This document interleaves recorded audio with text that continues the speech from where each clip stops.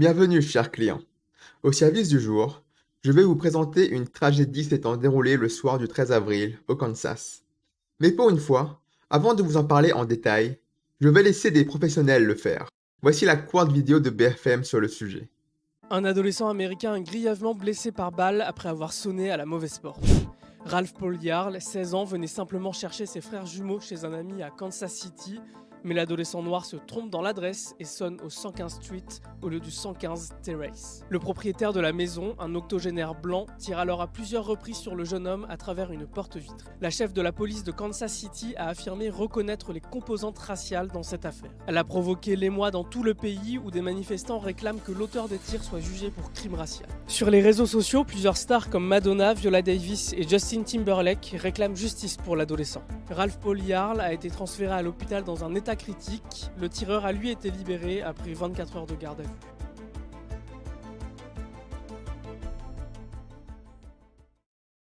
Voilà. Maintenant que vous avez vu cela, résumons l'affaire telle qu'elle nous est présentée. Un adolescent noir se trompe malheureusement d'adresse, sonne à la mauvaise porte et se fait tirer dessus par un vieux blanc. En plus, la chef de la police reconnaît qu'il y a des composantes raciales dans l'affaire. Et comble de l'horreur, le shooter a été libéré au bout de 24 heures. Tant d'injustice. C'est enrageant, n'est-ce pas? Ah, les médias. Vous savez, il y a deux types de mensonges. Le premier, c'est le mensonge brut, frontal, qui consiste tout simplement à dire n'importe quoi.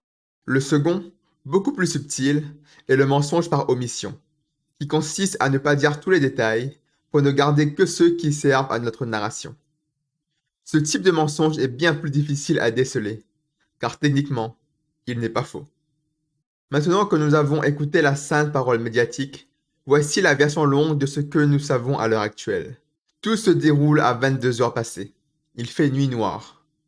Ralph Yarl, 16 ans, se trompe d'adresse, sonne à la mauvaise porte et tente d'entrer. De l'autre côté, Andrew Jester, un vieil homme de 84 ans, vient juste de se mettre au lit quand il entend la sonnette. Surpris, il se dirige vers la porte malgré la fatigue, et là, de son point de vue, il voit un grand homme qui tente de forcer la porte. Mort de peur, Jester panique. Il est vieux, faible, et surtout, vit seul.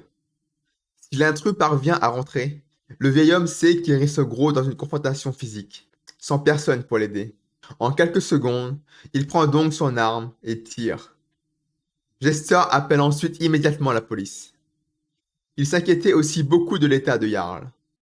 La police qui d'ailleurs, même si elle reconnaît une composante raciale dans l'affaire, juge peu probable que cette affaire soit motivée par la race. Bien sûr, toutes les sources de ce que je viens d'avancer sont en description. Au passage, j'aimerais faire une petite précision sur cette histoire de composante raciale. Car dans les faits, composante raciale, ça veut tout et rien dire. Le simple fait que ce soit un blanc qui a tiré sur un noir est de facto une composante raciale. Mais ça n'indique en rien que ce soit la cause même de l'incident. En résumé, toute cette histoire est un tragique fait divers. Rien de plus. Est-ce que vous pensez réellement que la race de Jarl a été l'élément déterminant dans l'affaire? Allez, même en admettant l'hypothèse que Jester n'aime pas spécialement les noirs. On reste dans le cas où un très vieil homme fatigué a paniqué après avoir vu un grand homme tenter de rentrer chez lui tard le soir. Sa réaction est complètement compréhensible. Alors, attention. Je n'excuse pas son geste non plus. Évidemment qu'il doit répondre de ses actes devant la justice. Il a tout de même tiré sur un type qui n'a rien fait de mal. Beaucoup de gens ont du mal à le comprendre, mais chercher à comprendre ne revient pas à pardonner. Bref, maintenant que ceci est dit, vous voyez à quel point la version de BFM est complètement biaisée et malhonnête. Il manque bien trop d'informations pour que cela soit compris dans son ensemble. Et au contraire, tout est fait pour qu'on croie que Jester a tiré complètement gratuitement sur l'adolescent, juste parce qu'il était noir. Les détails cruciaux comme l'heure des faits, le fait que Jarl a tenté d'entrer après avoir sonné, et l'état de panique de Jester sont complètement passés à la trappe. On note aussi la petite troncature de la déclaration de la police. On prend bien soin de laisser la partie où elle dit qu'il y a une composante raciale, mais on enlève la suite, où l'on dit que c'est improbable que cela soit le motif. À partir de là, il y a deux cas de figure. Soit BFM sont des incompétents notoires, soit BFM a minutieusement choisi les détails pour créer le narratif du crime racial. Je vous laisse vous faire votre propre choix. Mais assez parlé de BFM. Une autre question qu'on peut se poser maintenant, c'est pourquoi cette affaire fait autant de bruit à un tel point qu'elle est relayée en France. Et c'est une bonne question. Dans les faits, oui, cette affaire est tragique, mais c'est juste cela, une affaire tragique. Sauf qu'évidemment, pour les idéologues, cette affaire est une mine d'or. On a là un vieux blanc qui tire sur un jeune noir. C'est parfait pour faire brûler les passions. Et c'est exactement ce qu'il se passe. Le narratif du crime racial, où on a le méchant blanc raciste qui tire sur le gentil noir innocent, est poussé à l'extrême. À un tel point qu'il y a déjà eu des manifestations réclamant justice, que plusieurs stars s'en mêlent et que la famille de Jarl a été invitée à la Maison Blanche par Joe Biden. Et ça, c'est extrêmement malsain. Vous voyez, c'est pour cela que les tensions entre communautés sont aussi sensibles aujourd'hui, et que cela ne va pas aller en s'arrangeant. Car à chaque fait divers comme celui-ci, les idéologues vont trouver le moyen de le détourner pour justement raviver les tensions, la colère et la haine entre les communautés. Et de cela, il faut en avoir bien conscience. Il ne faut absolument pas rentrer dans leur petit jeu. Et au passage, complètement pourrir socialement un vieux de 84 ans et le faire passer pour un monstre raciste, prêt à tuer les noirs à vue, c'est moralement abject. J'ai vu passer pas mal de commentaires assez infects là-dessus d'ailleurs, par des gens qui pensent qu'il faut détruire ce pauvre vieil homme pour la justice. Et honnêtement, je peux comprendre ces réactions. Si on ne s'en tient qu'à la version BFM par exemple, on a vraiment l'impression que c'est un vieux raciste qui a tiré sur un noir, juste parce qu'il a sonné à sa porte. Évidemment que c'est horrible et provoque la colère, sauf que cette version de l'histoire est plus qu'incomplète.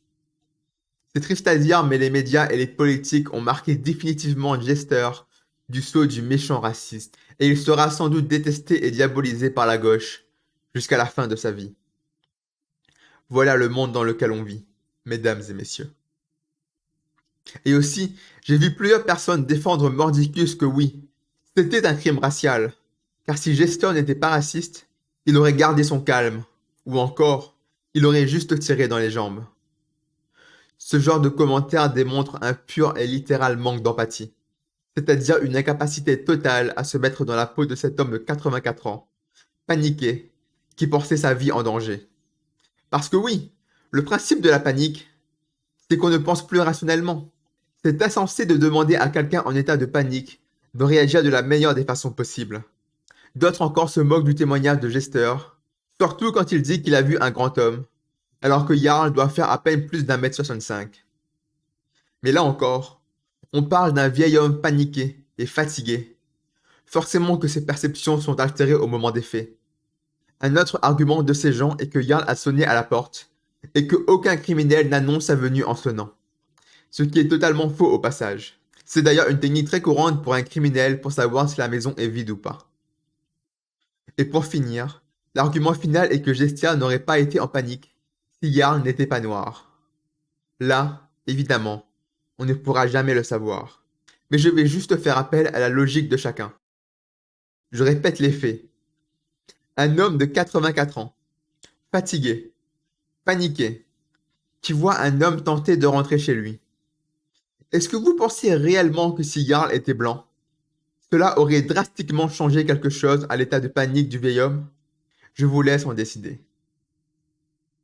Bref, nous avons là un cas classique d'instrumentalisation d'un fait divers à but idéologique. Un comme tant d'autres. Et le plus triste là-dedans, c'est que ça marche. Tout ce que je peux préconiser ici, c'est vraiment de bien chercher à se renseigner. Ne pas croire tout de suite les narrations simplistes du méchant contre le gentil. La réalité est souvent bien plus complexe et nuancée. Et malheureusement, cela, beaucoup de gens l'ont oublié au profit d'idées préconçues. Et voilà, c'est tout ce que j'avais à dire à ce sujet et j'espère que cela vous a plu. Je vous dis à bientôt et surtout, prenez soin de vous.